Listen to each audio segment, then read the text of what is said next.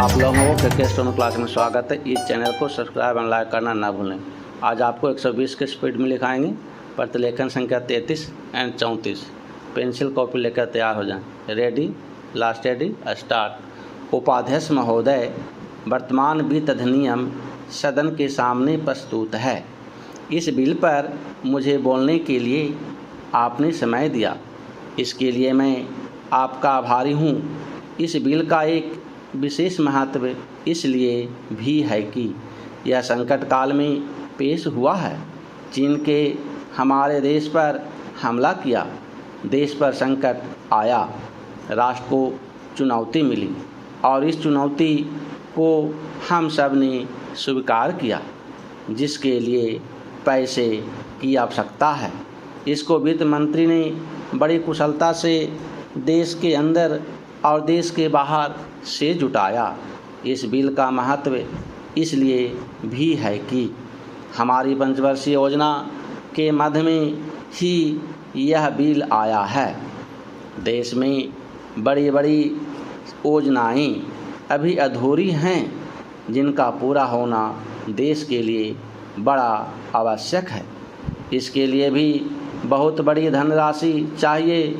देश पर संकट आया और देश जागा। कोने कोने से लोगों ने पैसा और सोना दिया और अपने लड़के तक फौज में दिए। इस देश में किसानों और गरीबों का जो वर्ग है, उसने भी दिल खोलकर इसमें सहयोग दिया।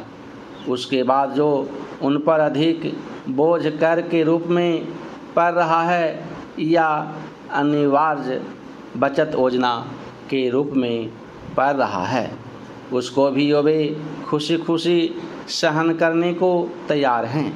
परंतु वे सरकार से भी कुछ चाहते हैं। वे चाहते हैं कि उनकी जो गाढ़ी कमाई का पैसा है, खून पसीने का जो पैसा है, वह व्यर्थ के कार्यों में ना जाए और उसका सदुपयोग हो। इसके अतिरिक्त उनकी कुछ अपनी दिक्कतें और परेशानियां हैं, जिनकी ओर सरकार का ध्यान चाहिए। इस आपातकाल के समय में तो उनको इन आए दिन कठिनाइयों से राहत मिलनी चाहिए। ऋण लेने में और अन्य कार्यों में जो अड़चनें पड़ती हैं, वे दूर की जाएं।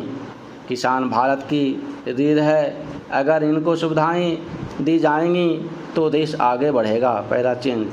आज जहां देश के साधारण लोगों ने इस सरकार का हाथ बटाया, वहां एक वर्ग ने, जो कि धनी वर्ग कहलाता है, अपने साधनों के अनुसार सरकार के सुरक्षा कार्यों में सहायता नहीं की।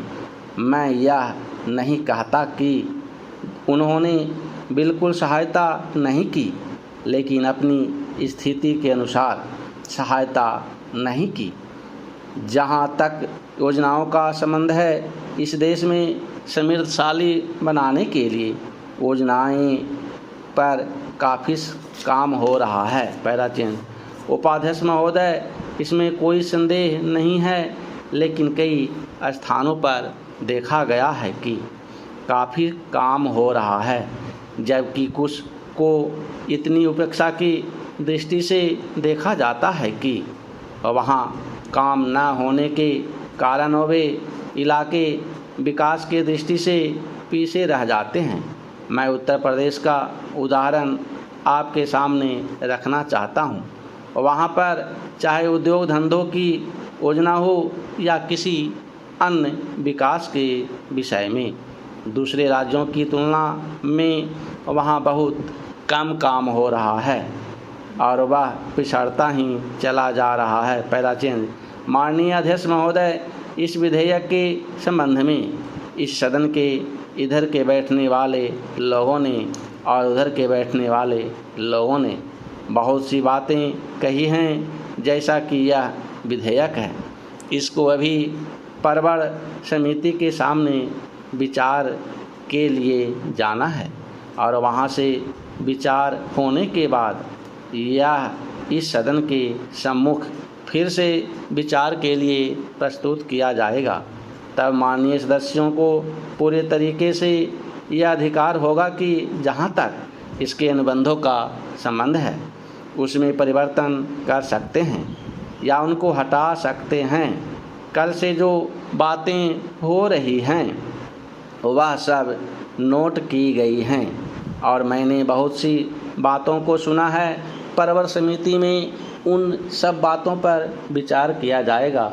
बहुत से माननीय सदस्यों ने इस तरह की बातें कही हैं वह बहुत आवश्यक मालूम हुई हैं और जैसा कि मैंने कहा है कि उन पर विचार किया जाएगा।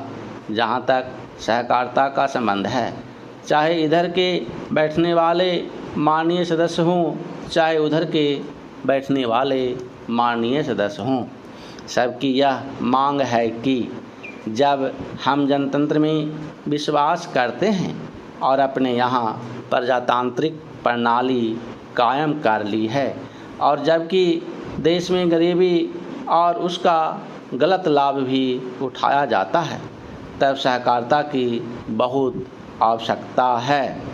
इसको रोकने की आवश्यकता है, यह सभी लोगों की राय है। जहाँ तक इस सहकारी विधेयक का संबंध है, बहुत से माननीय सदस्यों ने बहुत सी बातें इसके संबंध में कही है। मैं सब बातों का विवरण में तो उत्तर नहीं दे सकता हूँ, लेकिन मैं थोड़े में खास बातों का उत्तर देने की कोशिश करूँगा। जैसा मैंने अभी कहा, जब हमने अपने यहाँ जनतंत्र कायम किया है तो हमें अपने समाज ढांचे को बदलना पड़ेगा।